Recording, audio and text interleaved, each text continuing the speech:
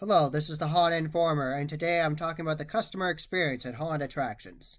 Starting off, I'm going to talk about queue line entertainment. What that means is you want to have your customers entertained when they're waiting in line to go into your haunt attractions, whether it's a very short line or a long line that has lots of twists and turns to it, or has mobile areas, whether there's outside area and an inside area. You want to make sure your customers are entertained. There are different scare tactics that your scare actors can use for queue line entertainment. They can just be casual and just act like they're their friends and give them a false sense of security and then scream and yell at them and run at them. Or you can just have creepy characters that are just off the bat really creepy and just disturbing, and then they'll just stalk people.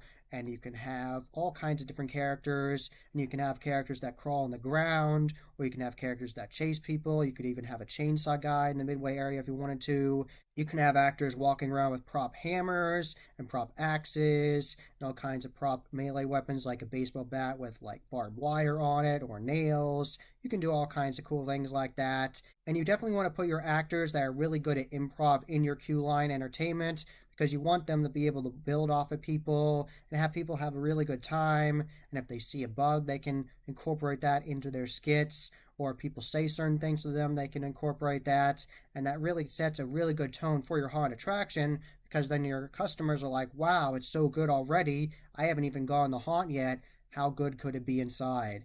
Another part of the customer experience at haunt attractions is your midway slash gift shop. So you want to have a good midway. You want to have plenty of games for your people to play. You want to have some escape rooms, like 5-minute escape rooms. And you want to have some games. And you want to have a stage for bands to play. And you want to have multiple food stands as well for people to choose from. You want to give them lots of options. And you want to have a good gift shop. And in the gift shop, you want them to have lots of things to choose from. Lots of shirts, lots of hoodies, lots of magnets, lots of stickers, mugs. You can buy vintage masks. You could buy latex masks. You could buy flags with the logo of your haunt attraction on it.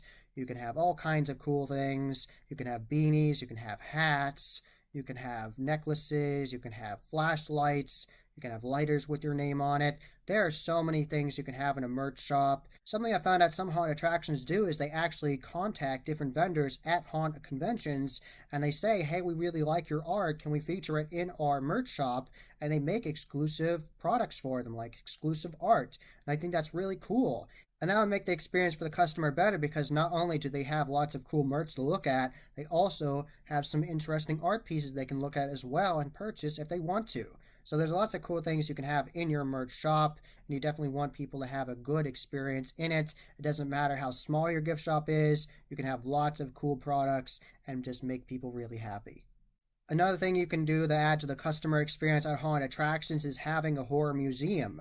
And whether that means it's a small museum or a large museum of past products that you've used in your haunt attraction, whether it's costumes or masks, and you can have different displays that talk about them, and you can have buttons that talk about it. Netherworld has a really cool display of that. I've only ever seen that online. I haven't seen it in person. I'd love to. They have a really cool museum that has different things from different props and costumes they've used in the past. So if you have a similar museum to that at your haunt attraction, but all about your haunt attraction, all the props and costumes you've used and the characters you've created over the years and the different themes, people would really like that and really appreciate that and like to see all that history. It's also a selling point for your haunt attraction, because it's a positive memory that your customers will remember and tell their friends or share on social media, because they'll tell their friends, like, I already saw this haunt. It was so cool. There was 2 haunted houses. There was a trail. There was a hayride. There was a dark maze. The gift shop was awesome.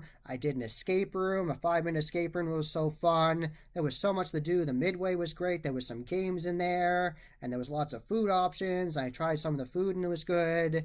And there was so much cool artwork, custom artwork in the gift shop. I liked it so much. And then there was a museum at the end that talked all about the haunt.